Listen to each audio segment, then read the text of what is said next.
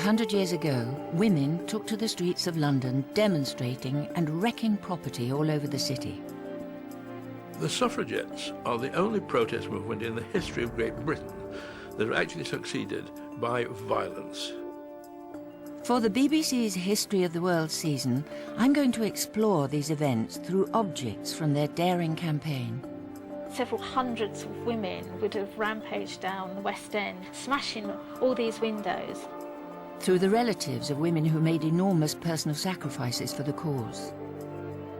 This tube was pushed down the mouth, through the throat, and then this was poured down straight into the stomach. And the places that still resonate with their presence. As they pulled her away, the spur became broken. So this is a symbol of the public campaign for women to get the vote. Who were these women who became known as the Suffragettes?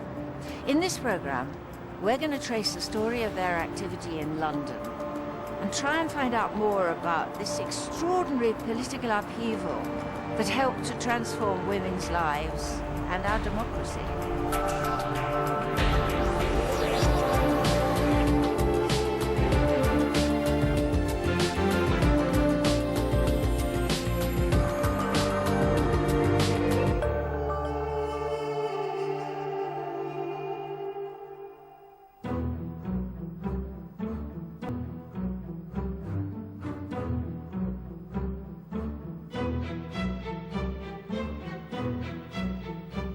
I've lived most of my life in London, and I've always been passionate about women's rights.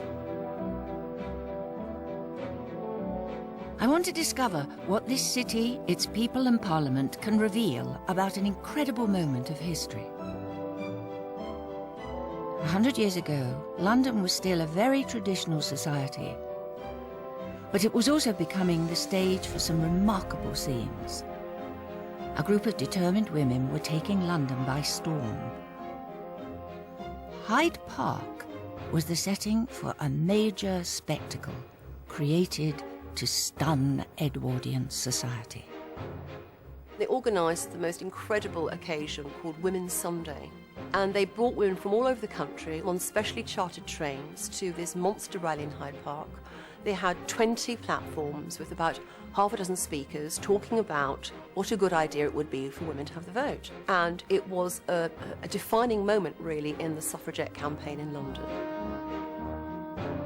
Refined women were not supposed to demonstrate in public spaces. But Emmeline Pankhurst and her daughters Christabel and Sylvia thought differently. Their movement, the Women's Social and Political Union, wanted to stir up a 30-year-old quest for women's suffrage. They wanted to do something. They wanted to make small actions and transform public opinion and to influence Parliament through deeds and not words. On Women's Sunday, they also launched something very important, which was their colour scheme. And their colour scheme was purple, white and green, purple for dignity, white for purity, and green for fertility and hope for the future. The colours were used on their new uniform, presented for the first time in Hyde Park, complete with military sash. They deliberately went out to make a spectacle of themselves, and it's a brilliant idea of marketing and merchandising, and it really took off. I've come to the Museum of London, whose collection of memorabilia helps bring this story to life. Beverly Cook is a curator here. Follow me. Lovely, isn't it? This is presumably one of the sashes, isn't Yes, the regalia that was introduced in 1908, yes, of course. And in the Votes for Women magazine, which was the weekly suffragette newspaper, the women were always encouraged to wear their sashes in public. Women wanted to be seen wearing purple, white and green. And that says quite a lot about those women, because you had to be brave to be walking around in that colour scheme. Even a little bit of it drew attention to the fact that you were a suffragette. What is this? This is a motoring scarf, actually. A motoring scarf? And motoring scarves were, of course, very popular at the time anyway, so they were just sort of literally adapting something that was popular to sort of help promote and enhance and market the campaign a bit further. So they knew that these would sell. What about the working class women that supported the cause? What would they have worn? They would have been able to afford button badges. Some of these button badges were very cheap. That one shows a design by Sylvia Pankhurst. Oh, really? And she gave the campaign much of its visual imagery, its logos, symbols, and that became one of the sort of most iconic visions of What about this? That shows Emmeline Pankhurst. It was a celluloid portrait button badge. They were mass-produced, so would have been sold very cheaply, possibly for a penny, so very affordable by everyone. Women of all different classes joined the campaign. The women who were active in the suffrage movement were white-collar workers, they were factory workers, writers, teachers, actresses, the first generations of women educated in universities, and young radicals.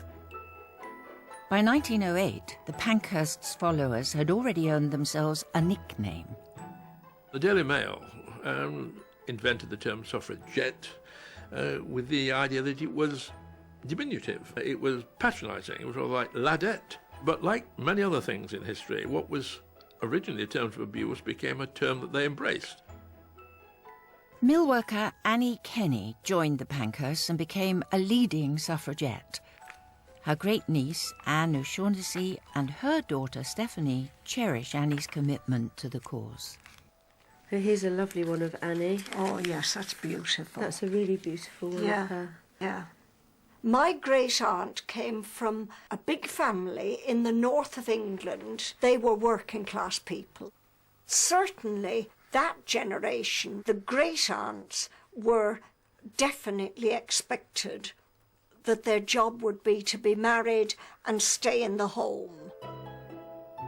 In the early Edwardian era, the male aristocracy still assumed a natural entitlement to power. Only 60% of men, those who owned property, could vote in general elections. Criminals, the poor, the insane, and women could not. Many people, including women, felt it was unfeminine and unnatural to even want to do so. This series of postcards here just show how the suffragettes were being portrayed in the popular press, very unsympathetically, typical anti-suffrage. Now, what's this one? These are meant to represent two suffragettes here, and again, fairly typical representations. This one here is wearing a pork pie hat, and the pork pie hat at the Edwardian period was associated with lesbianism. Oh, really? Yes. 100 years ago, men did believe themselves to be a superior sex. There's no doubt at all that there was a very great force within every class of society which said women were some way different. It was thought that there must be part of life which should be uncontaminated by the scramble and rough and tumble of parliamentary politics. There was a fear that if women got the vote in Britain, that they'd stop getting married, stop having children, and the British race would just die out. But society was changing. Women could now go to university and were starting to demand a voice in this exciting new society. The Pankhursts aimed to build mass support so politicians would be forced to take notice. Their magazine, Votes for Women, was sold on street corners, and over 20 WSPU shops in London sold their branded goods. Followers lobbied cabinet ministers of the Liberal government elected in 1906, including Herbert Asquith, who would soon become Prime Minister. To Asquith, the women were just irritants, but the Pankhursts found creative ways to keep up the pressure. The Pankhurst board game was produced specifically to promote the campaign. Suffragettes were really good at producing material like this that tapped into sort of the Edwardian ideas of what was already popular. The counters were actually little lead figures of suffragettes. And the idea of the game was to move a suffragette from her home, and eventually she ends up in the House of Commons. So it's like a spiral game. But obviously along the way she meets quite a few obstacles, like Inspector Jarvis, for example, who would obviously stop her progress, and members of the government. In Westminster, none of these tactics were cutting any ice, and Prime Minister Asquith refused all the Pankhurst requests to meet. There was never any question of the Liberals caving in to the demands of the Pankhurst, which was to give women votes on the same terms as they were given to men.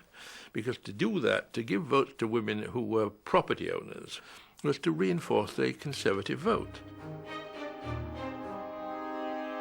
In the face of this resistance, suffragettes repeatedly targeted the nerve centre of British power.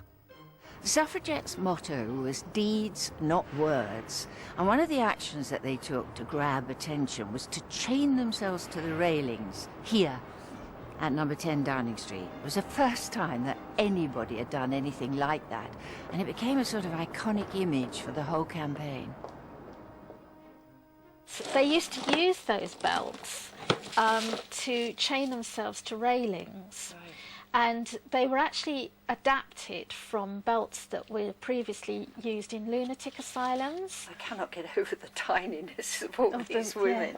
And one of the reasons that they liked wearing those, suffragettes, was because they knew that the only way that the police could really release them was by manhandling them and going under their clothing. And of course that was something that the police were very reluctant to do.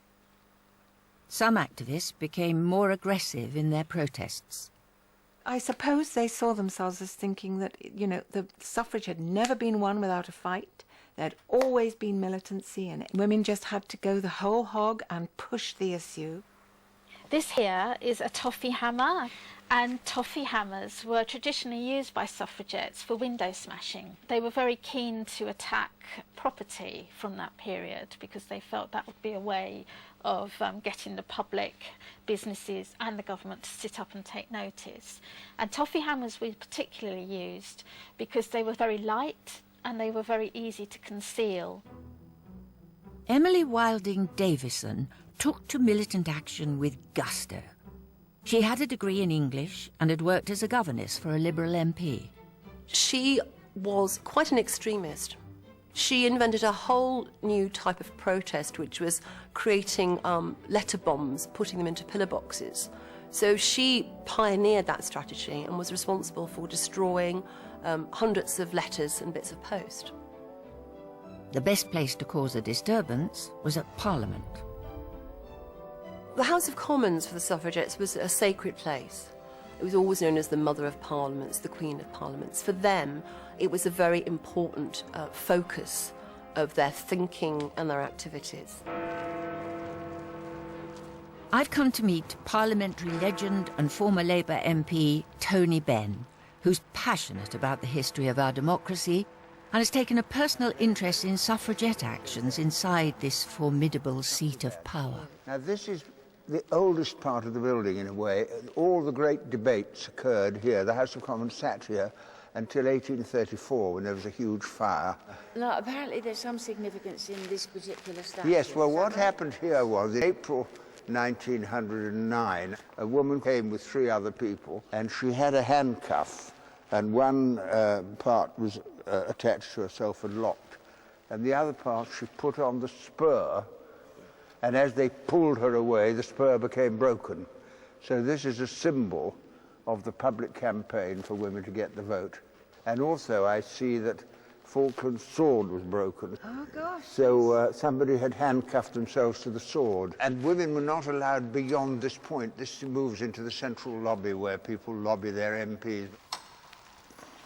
What about that statue over there? Who's Now that here, guy? this statue of Russell, Emmeline Pankhurst came and demanded the vote and shouted and jumped, I think, on the chair and moved here. And it was one of the reasons why women were kept out, because they were not prepared to have demonstrations. So that must have caused a bit of a stir in here. By 1910, things had reached boiling point. Despite years of lobbying Parliament, the WSPU were still being stonewalled. On November the 18th, a mass protest in Parliament Square degenerated into an event which became known as Black Friday. The square behind me was a scene of unprecedented and terrible violence. The police had been instructed to intimidate the women so that they would be afraid to ever come here again. There were running battles with the police. 150 women were physically and in some cases sexually assaulted by the police on that day. And it was a very shocking event indeed. In what became a riot, over 100 arrests were made. All suffragettes, for their first offence, were offered the possibility of paying a fine, but they would never do that. They never paid a fine. They always insisted on going to prison because that generated a great deal more publicity, and that was exactly what they wanted. Women arrested in London were taken to Holloway Prison. Behind these walls, there were chilling consequences for the suffragettes' actions. These griffins are all that's left of the original building. The women would have gone past these through a gateway into a far more intimidating place.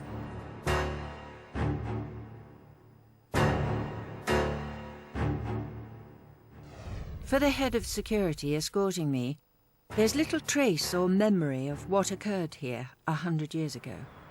So these windows around here, what are they? That's all the cell windows in the association rooms. It's because in the suffragettes' days, in the old building, the cells overlooked the exercise yard. Yeah.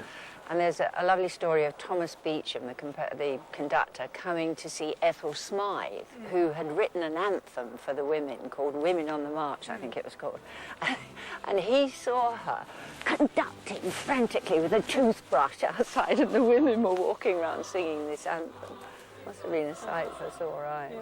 Don't know what the other prisoners made of it, mind you.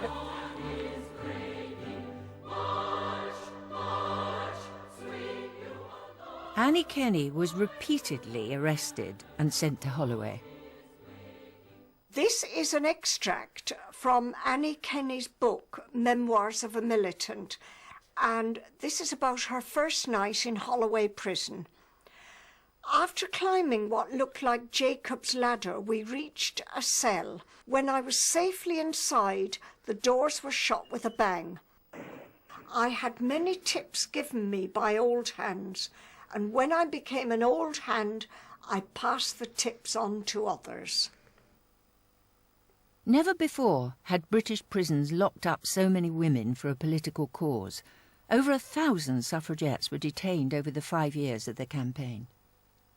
The collection that we have here at the museum was gathered together by women who had served terms of imprisonment. And because they were often split into different wings, one of the ways they found to communicate with each other was by writing illicitly on prison toilet paper. But when did they pass it to one another? There is some thought that sympathetic wardens would pass it between different wings. And these look as though they're going to a party. Incredibly elegant. Yes.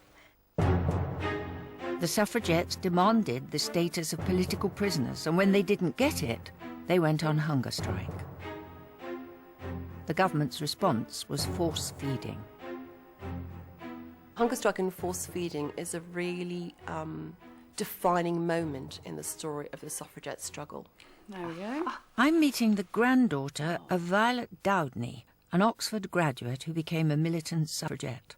So what did she do? What were her activities? Violet wrapped a metal weight with labels about votes for women and threw it through Reginald McKenna, the then Home Secretary's his dining room window, and was sentenced to 2 months hard labour. Many women, like Violet, were force-fed. First, they were strapped into a chair to prevent them from struggling. Once the mouth was forced open, this tube was pushed down the mouth, through the throat, as far down as they possibly could get it. And then this jug of various different liquids, brandy and milk was one, raw eggs was another, was poured down straight into this. So obviously this took quite a few people to do this. And that's what my grandmother went through, so that people like me could have the vote.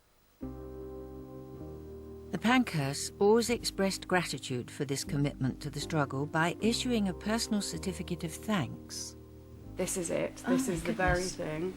As you can see, it's got Violet's name written in by Sylvia and then signed by Emmeline Pankhurst. Oh my goodness, that's a wonderful thing to have. It is, absolutely wonderful. The strategy of force feeding proved to be a catastrophe for the government. Society was deeply shocked by force feeding, but strangely enough wasn't as shocked by that as it was by what came to be called the Cat and Mouse Act. The Cat and Mouse Act was introduced to allow the prison authorities to let women out rather than forcibly feed them, and then rearrested them when they went on hunger strike again, and hunger strike in prison, let out, recover, rearrested, back in prison again. The horrors of force feeding became a rallying point for the suffragette movement. After she was force-fed, Emily Davison became more fanatical. One of her moments of glory took place on the night of the 1911 census, deep in the bowels of the Houses of Parliament. This is a little broom cupboard, or it was, where people kept the brushes and brooms, and a very imaginative suffragette called Emily Wilding Davison got into the House of Commons, somehow got down here and hid in there, and when they said to her, "What was your address on the night of the census?" she said, "The House of Commons." I told the story in the House of Commons, and then I said, "I'm going to put up a plaque to Emily Wilding Davison," and I didn't ask permission because I'm too old to ask permission. I simply had it made, and I got a photograph of her, and I came down with an electric drill, and I put it up on the wall, and nobody has dared remove it. It's quite interesting. And that is lovingly polished by the cleaners, and it's much appreciated. It's wonderful. I appreciate it, Tony. That's a wonderful gesture. Between 1910 and 1912, the government could no longer ignore the movement, and the House discussed a series of conciliation bills to give votes to women. The idea was gaining ground among Liberal MPs, but each time failed to get full cabinet support. That's when nerves really harden. And once you get to 1912, the third failure of the bill, it is all-out war. There's no going back. An army of women smashed the windows of shops all over the West End. Suffragettes firebombed politicians' houses and even set churches alight. Women caught for such deeds were considered a threat to national security. The museum holds some unusual photos of convicted suffragettes.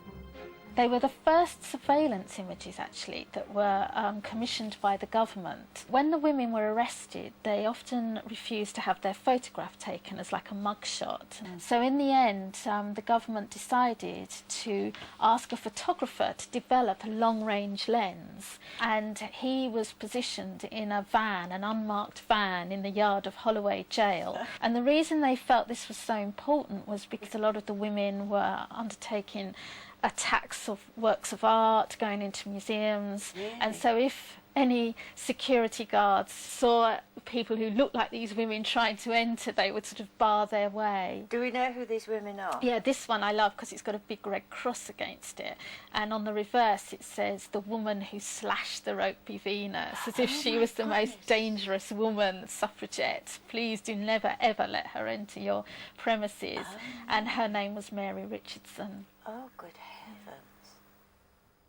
I don't blame the suffragettes for behaving as they did. The suffragettes' violence, not just physical violence, not just breaking the shop windows in Regent Street and Oxford Street, but there's an intellectual violence as well. Now, these were all God-fearing, nice ladies whose heads had been turned by suffrage, who had become completely politicised by this extraordinary campaign. But the most extreme suffragette protest was yet to come.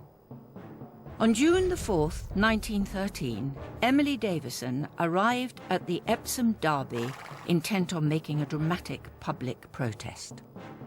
This is a horse racing time. The king is a great horse racing man. So anything that disrupts a horse race is going to make front page news in newspapers. As the king's horse approached, Davison broke out from the railings and entered its path. There'll be very many people who argue that she didn't expect to die, she expected to cause a disturbance. My personal feeling is it was not a mistake, it was not an accident. She'd certainly been building up to something like that for quite some time.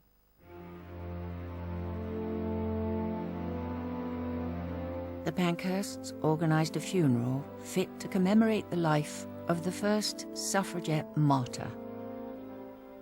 It was deeply, deeply moving, and of course would have secured a lot of people who were wavering, on the side of the suffragettes.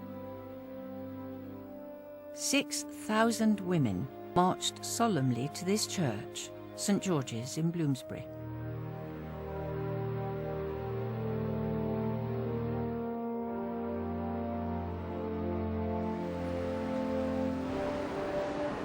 As the coffin came out of the church, leading suffragettes formed the guard of honour and saluted as it went past. Thousands of supporters were gathered below to pay their respects. That funeral was a seminal moment for the campaign. In August 1914, the First World War interrupted the suffragettes' battle. It would completely change women's role in society. The genie was let out of the bottle. 1 million women are involved in producing munitions by the end of the war. They're doing the jobs that normally would be done by men. They step into men's shoes. After the war, at last, women over 30 won the vote, extended to all women in 1928. By this time, the Commons also had its first female MPs. So, was all the violence really necessary? This is the most difficult question, was it militancy or was it the long, steady years of suffrage campaigning? And the answer must be both.